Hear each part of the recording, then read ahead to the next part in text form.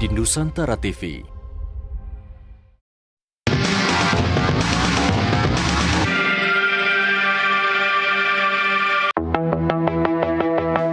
Inilah sebuah video berdurasi 1 menit 25 detik yang memperlihatkan seorang wanita paruh baya bernama Ima Siti, warga kampung Cilisung, Desa Dayakolot, Kecamatan Dayakolot, Kabupaten Bandung, Jawa Barat, tengah memegang foto cucunya bernama Rizky Nurfadilah, 18 tahun, yang diduga menjadi korban tindak pidana perdagangan orang di Kamboja.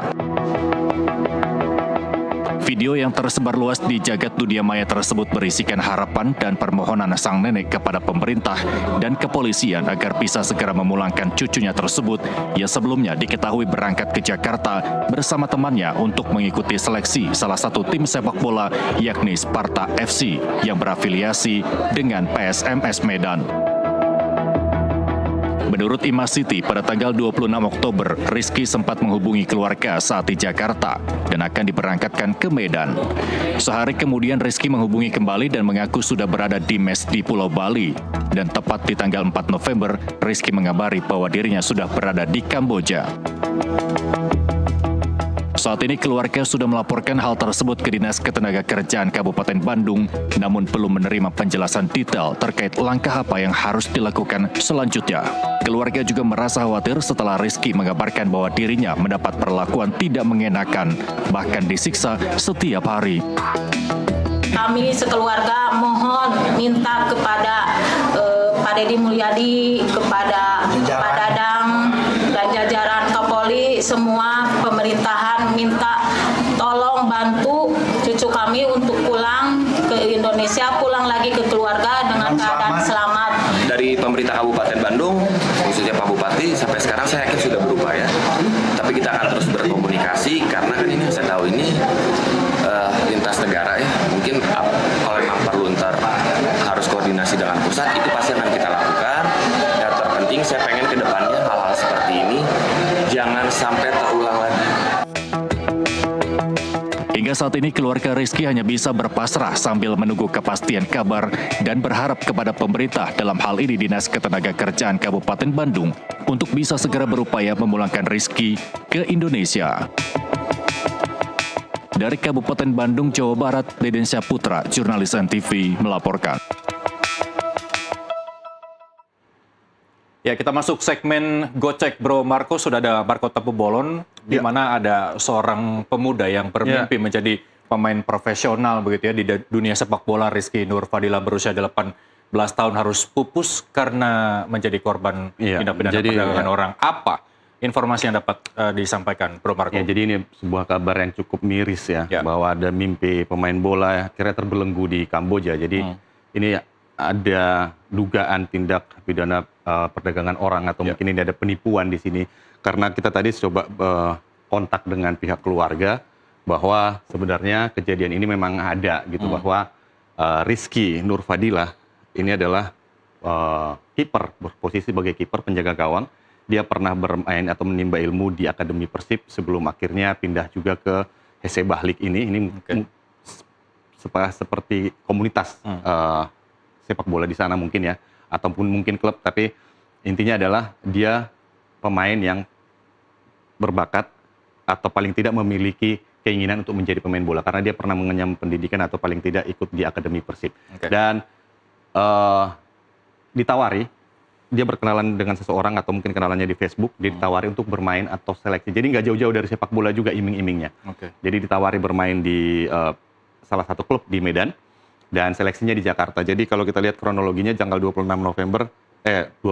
Oktober dia berangkat dari Bandung ke Jakarta karena katanya seleksinya ada di mana, di Jakarta. Lalu dari Jakarta dia berangkat ke Bandung karena dia tanggal 27 Oktober masih mengunggah tiket rute Jakarta, Medan, Kuala Namu. Kuala Namu ini adalah bandara di Medan. Jadi artinya sampai di sini pihak keluarga sebenarnya kabarnya sudah melarang bahwa Rizky untuk Fadilah untuk tidak berangkat ke Medan gitu loh. Karena ini kenalannya juga lewat Facebook. Tapi mungkin ya karena memang mimpinya untuk menjadi pemain bola cukup besar, akhirnya dia berkeras untuk berangkat dan akhirnya dijemput travel tanggal 26 Oktober untuk dibawa ke Jakarta lalu terbang ke Medan.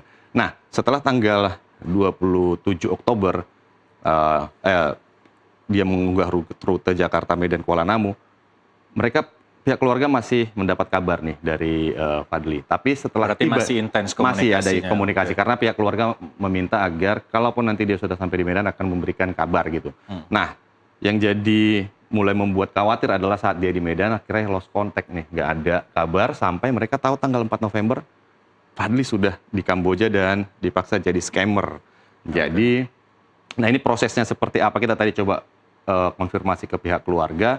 Jadi intinya bahwa dari Medan setelah impiannya untuk menjadi masuk dalam satu klub sepak bola di sana pupus, akhirnya mungkin diiming-imingi juga berangkat ke Kamboja. Nah, saat ini posisinya masih di Kamboja. Tadi kita konfirmasi bahwa ini adalah foto terakhir mungkin yang sempat dikirimkan oleh Fadli ke pihak keluarga, dan dia banyak mengeluh, sering mendapat hukuman, siksaan seperti itu.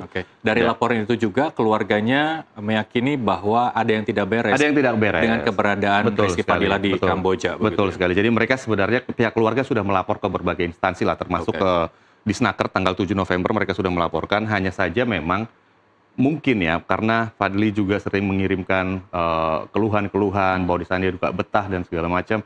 Akhirnya akan berhubung atau kontak langsung dengan pihak keluarga ke Deddy Solahuddin, ayahnya. Nah, hanya Tapi saja yang memviralkan untuk pertama kali itu adalah neneknya Imas. Nah, kita tadi sudah sempat berjanji untuk bisa kontak untuk mengupdate lagi berita terkait dengan Rizky, tapi saat ini kabar terbaru mereka sedang berada di Polres Bandung. Jadi untuk menyikapi atau melanjuti laporan mereka terkait Rizky. Tapi sebelum Bro Marco melanjutkan, kita sempat menerima kiriman rekaman percakapan antara Rizky Nurfadila ini dengan orang yang diduga mengajak. Betul. Sepertinya yang mengaku sebagai perwakilan perusahaan yang merekrut Nurfadila. Jadi kita akan play dulu sebentar sebelum Marco dilanjutkan. Kita akan dengarkan bersama, ini dia untuk Anda. Assalamualaikum warahmatullahi wabarakatuh. Saya mewakili Fadil. Fadil udah ada di kamar, lagi istirahat. Udah diamanin, udah nggak akan kenapa-napa. Saya mau infoin sama pihak keluarga, si Fadil ini nggak bisa pulang hari ini karena masih ada pengurusan visa bisnis biar aman di Kamboja. Jadi pihak perusahaannya Fadil itu meminta keluarga untuk menyiapkan denda buat tiket kepulangan Fadil nanti di 3 hari ke depan. Tadi kan udah saya jelasin 42 juta, nggak dikorupsi sama saya ya Bu, Pak. Ini saya cuma info aja. Nah, itu video yang viral-viral, yang postingnya tolong di take down karena pihak perusahaannya nggak mau ngeliat video kayak gitu. Takutnya nanti malah merembet kemana-mana, si Fadilnya juga malah nanti digimana-gimanain. Terus kan itu awalnya ada video klarifikasi dari ibunya Fadil, kan nanti dihapus, setelah dihapus buat klarifikasi video bahwa si Fadil ini sama pihak keluarga salah paham. Jadi di perusahaannya juga ikut salah paham juga.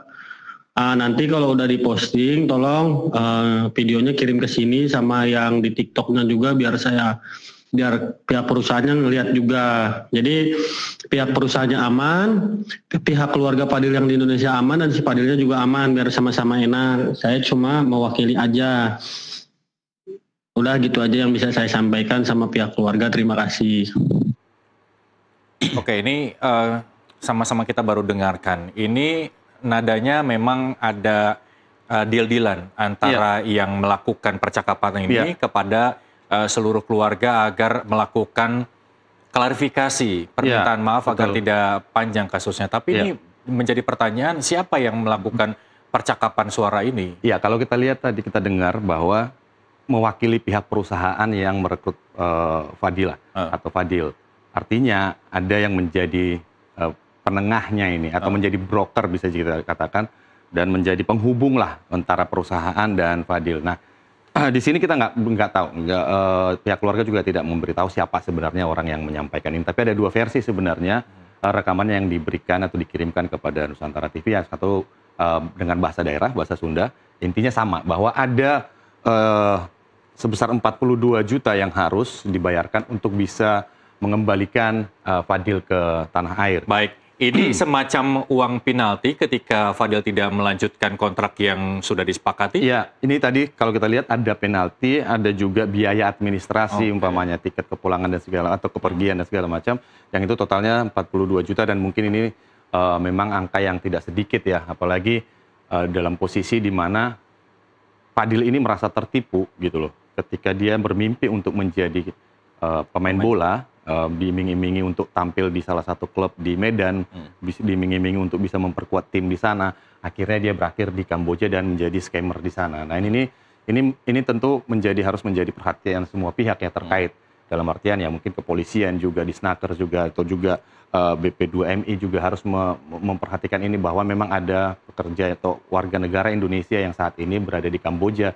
dan tidak bisa pulang gitu loh, tanpa harus membayar 42 juta gitu. Dan ini harga yang memang harusnya ya cukup besar lah, dengan mimpi yang sudah direnggut juga gitu loh, bahwa udah ditipu, disuruh bayar pula lagi untuk balik ke Indonesia, kan seperti itu. Nah, baik, kalau Bro Marco terakhir komunikasi sama pihak keluarga mengirimkan ini, apakah ini foto terakhir yang dikirim oleh Rizky Nurfadilah kepada keluarga, dan apa yang kemudian diinformasikan oleh Rizky Nurfadilah kepada keluarga terkait keadaannya di sana? Iya, jadi ini adalah foto kondisi Nurfadilah di Kamboja yang dikirimkan oleh pihak keluarga kepada Nusantara TV, bahwa menurut pengakuan tadi dari ayahnya, Dedi Solahuddin, bahwa si Fadil juga di sana merasa tidak kerasan dan sering mendapat kekerasan juga, mendapat hukuman dan seperti itu, dan dia disuruh atau diminta untuk melakukan pekerjaan yang memang bukan bidangnya. Jadi dia bahkan komputer aja nggak ngerti, tapi disuruh jadi scammer untuk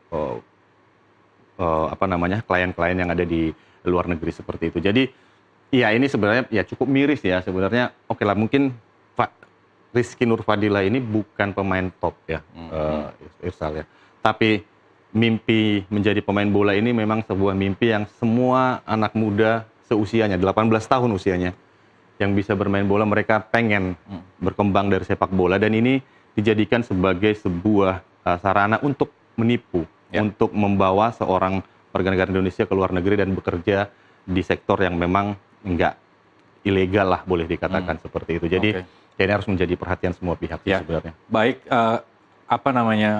soal TPPO ini memang masih menjadi perhatian pemerintah setelah beberapa kasus di Indonesia blow up begitu. Ini juga menjadi pelajaran bagi para pemain-pemain yang memang punya kemampuan, terus punya keinginan agar mencari jalan yang memang benar-benar bisa meyakinkan dan ini jalannya benar begitu ya. Ya, karena kalau pemain bola sebenarnya kan ya ada agen pemain yang memang jadi sebuah jembatan untuk seorang pesepak bola untuk berkarir di tempat lain atau di luar negeri bahkan, atau ke klub lain.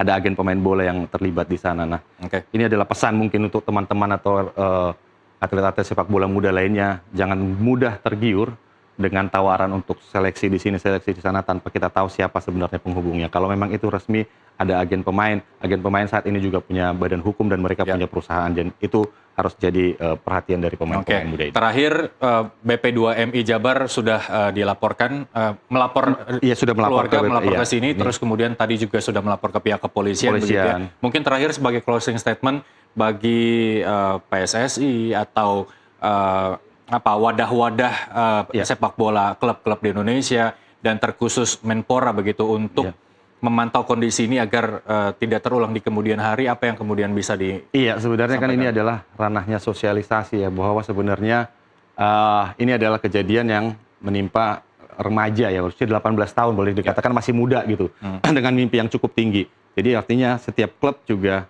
ketika mereka ada pemain atau akademi, ada pemain sepak bola di sana, mereka juga harus mensosialisasikan ini, karena memang mimpi untuk menjadi pesepak bola profesional itu sangat menggiurkan. Apalagi kita tahu sekarang pemain-pemain sepak bola, apalagi dalam negeri maupun luar negeri, punya kemapanan yang luar biasa, dan ini tentu sangat menggiurkan. Jadi jangan lelah mensosialisasikan bahwa untuk urusan pindah atau mungkin berlabuh ke klub lain, percayakan kepada agen yang memang sudah tercatat atau sudah terdata. Baik, kita masih butuh Bro Marco untuk terhubung bersama pihak keluarga, paling tidak apa kabar terakhir yang bisa diinformasikan kepada pemirsa Nusantara TV. Iya, kita akan coba menghubungi terima kasih keluarganya nanti. Bro Marco dan pemirsa, demikian NTV Sport hari ini. Saya Muhammad Rizal mewakili kerabat kerja yang bertugas mengucapkan terima kasih atas kebersamaan Anda.